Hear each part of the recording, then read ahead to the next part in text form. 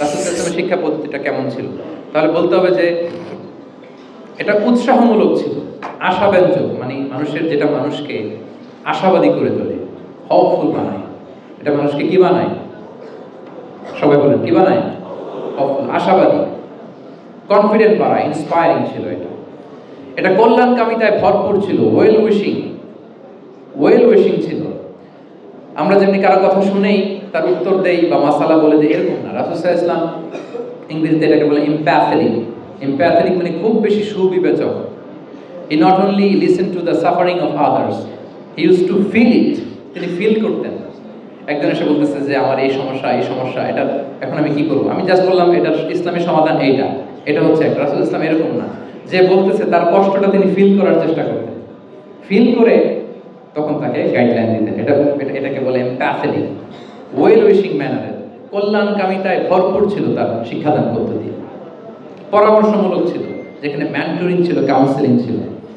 মানে শুধু টিচার হলে এটার আউটপুট একটা, কিন্তু if you work like a mentor, আপনি আপনার শিক্ষার্থীদেরকে মেন্টরিং করতেছেন, তাদেরকে কাউন্সেলিং করতেছেন, এটার আউটপুট হবে অন্যরকম। রাসূল সাল্লাল্লাহু আলাইহি ওয়াসাল্লাম he worked as a mentor and counsellor for the সাহাবা। সুবহানাল্লাহ। রাসূল সাল্লাল্লাহু আলাইহি ওয়াসাল্লামের দেওয়া শিক্ষাটা ছিল বেসিক্যালি অ্যাডভাইজারি। আমরা মাঝে মাঝে অ্যাডভাইজারি নিয়ে দেখবেন বড় বড় নেতা লক্ষ লক্ষ টাকা বেতন দিয়ে অনেক বড় বড় উপদেষ্টা রাখে, তারা বিভিন্ন ধরনের অ্যাডভাইস দেয়। রাসূল সাল্লাল্লাহু আলাইহি ওয়াসাল্লাম এই সার্ভিসটা সাহাবাদেরকে দিতেন। ওনার শিক্ষাটা ছিল অংশগ্রহণমূলক, মানে এঙ্গেজমেন্ট ছিল।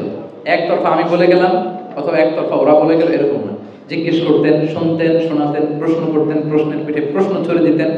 ইন্টারেক্টিভ ছিল, পার্টিসিপেটরি ছিল, অংশগ্রহণমূলক। এটাকে আমরা মানে ক্লাসিক স্কলাররা যেটাকে বলে সহবা, কি বলে?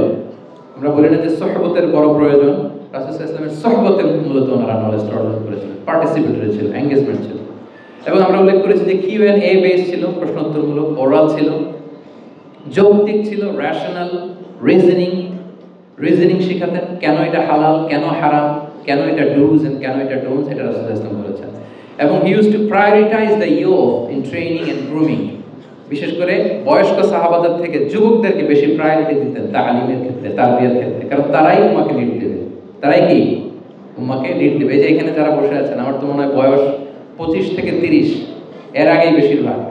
সো আপনাদেরকে লিড দিতে হবে আগামী বাংলাদেশে, ঠিক কি না? এই জন্য রাসূল সাল্লাল্লাহু আলাইহি ওয়াসাল্লাম বাছাই করে করে কোন সাহাবীর কি ধরনের যোগ্যতা আছে এবং ইসলামের জন্য এটা কিভাবে কাজে লাগতে পারে, ওইভাবে সাহাবীদেরকে তিনি গাইড করতেন। এবং সেটার ফলাফল তো আমরা দেখেছি, খায়রুল কুরুনি কারনি সুম্মাল্লাযিনা ইয়ালুনাহুম সুম্মাল্লাযিনা ইয়ালুনাহুম।